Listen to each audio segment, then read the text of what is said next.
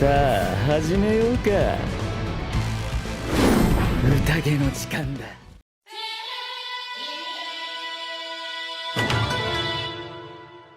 You misunderstand, Tanjiro. I only despise the weak. I only spit on weaklings. Yes, weaklings make me sick. It is the law of nature that they be weeded out. That's what Akaza tells Tanjiro during the Infinity Castle arc. Arrogant? Absolutely. But when it comes from Akaza, in the Upper Moon we first met during the Mugen Train arc, it hits different. Because Akaza isn't just talking trash. He lives this philosophy. And that conviction, that terrifying presence, has helped Demon Slayer stand out in ways nobody could have predicted. In fact, you could argue Akaza carried Demon Slayer's story and even helped carry its box office success twice. People love to dunk on Demon Slayer. It's mid. Just pretty animation. It doesn't deserve the hype. But let's be real for a second. The numbers speak for themselves. Mugen Train became the highest-grossing anime movie of all time, crossing over $500 million worldwide. It wasn't just a Japanese hit. It dominated theaters in the US, Southeast Asia, and Europe. And then the later arcs, including the Swordsmith Village, kept proving Demon Slayer wasn't a one-hit wonder. Demon Slayer has become the gateway anime for an entire generation. A series that people recommend first to their friends who are new to anime. It gave anime mainstream visibility in a way that few shows ever have. And Akaza, he's at the center of some of the franchise's most iconic moments.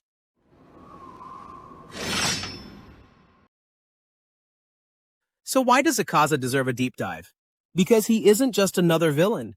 He's the perfect blend of menace, tragedy, and humanity. He is a recurring antagonist, but not a shallow one. He's brutal, terrifying, and seemingly unstoppable.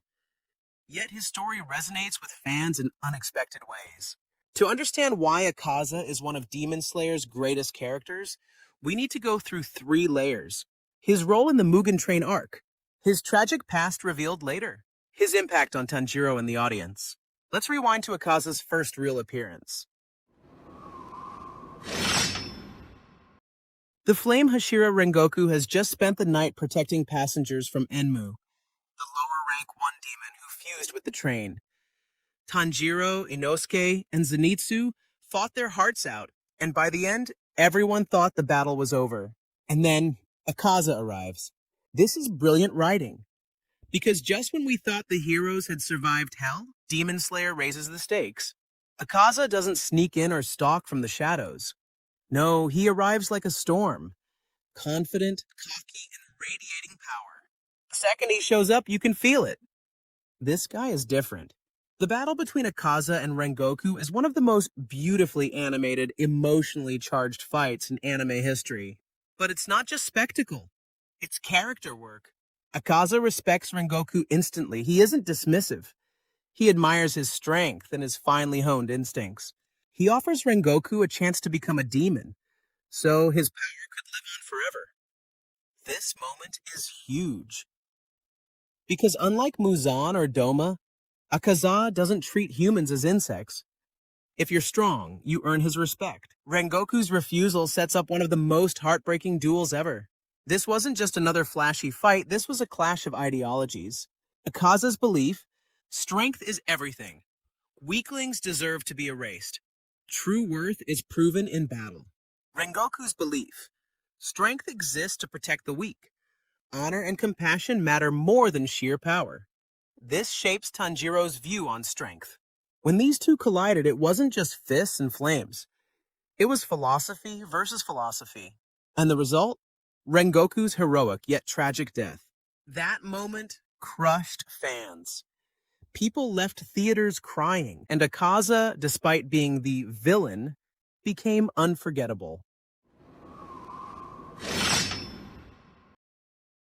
Here's what makes Akaza unique. He didn't just kill Rengoku and walk away laughing. He actually mourned the waste. Why won't you accept immortality? Why choose to die when you're this strong? This shows that Akaza isn't just evil for the sake of it. His worldview is warped. He hates weakness, but he truly admires strength. This single fight established Akaza as something more than a monster. He was layered, and fans sensed it. Fast forward to the Infinity Castle arc. By now we know Akaza as Upper Moon 3, one of Muzan's strongest demons. But his rematch against the Demon Slayers reveals even more. During his battle with Tanjiro and Giyu, Akaza fights with raw intensity. He pushes both of them to their limits. He even defies death itself, surviving decapitation through sheer willpower. But it's not just his strength that shocks us, it's his past. Akaza's real name was Hakuji. He wasn't born a demon. He was a human boy with a sick father. To pay for medicine, young Hakuji stole from people, earning him the nickname Demon Child. He endured beatings, humiliation, and hatred, all for the sake of his father. But when his father discovered the thefts, he took his own life, leaving a note that read, "I wanted you to live an honest life." From that moment, Hakuji carried unbearable guilt. Later, he was taken in by Keizo, a dojo master, who treated him like a son. Keizo tasked Akaza with caring for his sick daughter Koyuki. Hakuji, despite being a strong fighter, spent his days caring for this sickly girl. They both shared an unlikely bond that would later become love. For the first time, he had a family, a reason to live. Notice how Hakuji was a strong person protecting someone weaker than him. He doesn't even understand why Koyuki feels guilty for being sick and weak. After becoming a demon, his philosophy gets completely warped. But tragedy struck again. A rival dojo poisoned the well, killing Keizo and Koyuki. Hakuji's rage was unstoppable. He slaughtered the rival dojo with his bare hands, hundreds of punches thrown in seconds. His fists, covered in blood, became the foundation of the martial art that would later evolve into his demon techniques. This is why Akaza hates weakness. This is why he despises promises broken by powerless hands. And this is why he clings to strength above all else. Even as a demon, fragments of Hakuji's humanity never left. He never killed women out of respect for Koyuki. His compass needle technique was inspired by her hairpin. His martial arts echoed Keizo's Soryu style. His attacks are all named after fireworks. These details are genius. They show that Akaza was never fully consumed.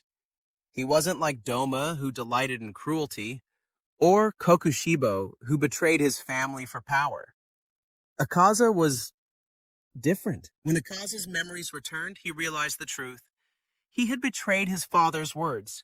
He had stained Keizo's teachings. He had dishonored Koyuki's love.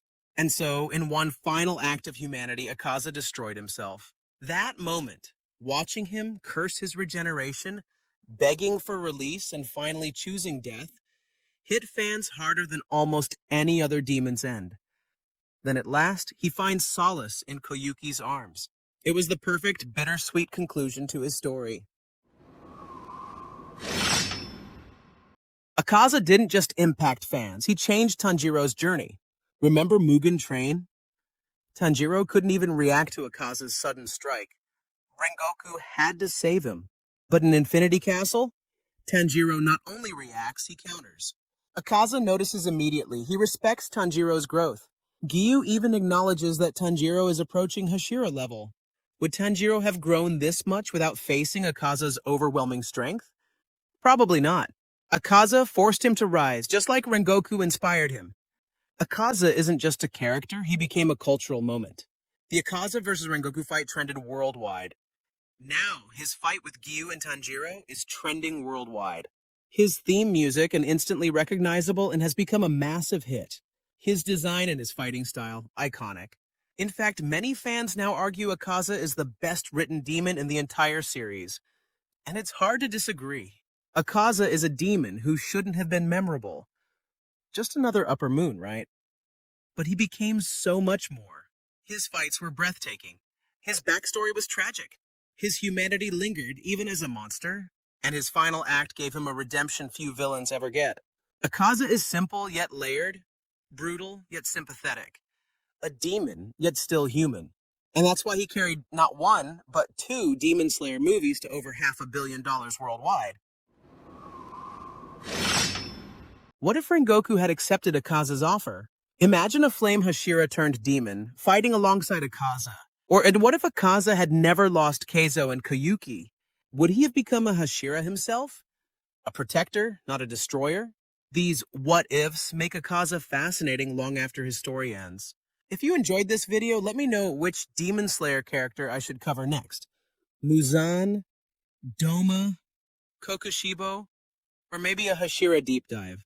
Don't forget to like, subscribe, and share this with your fellow anime fans. Thanks for watching. See you next time.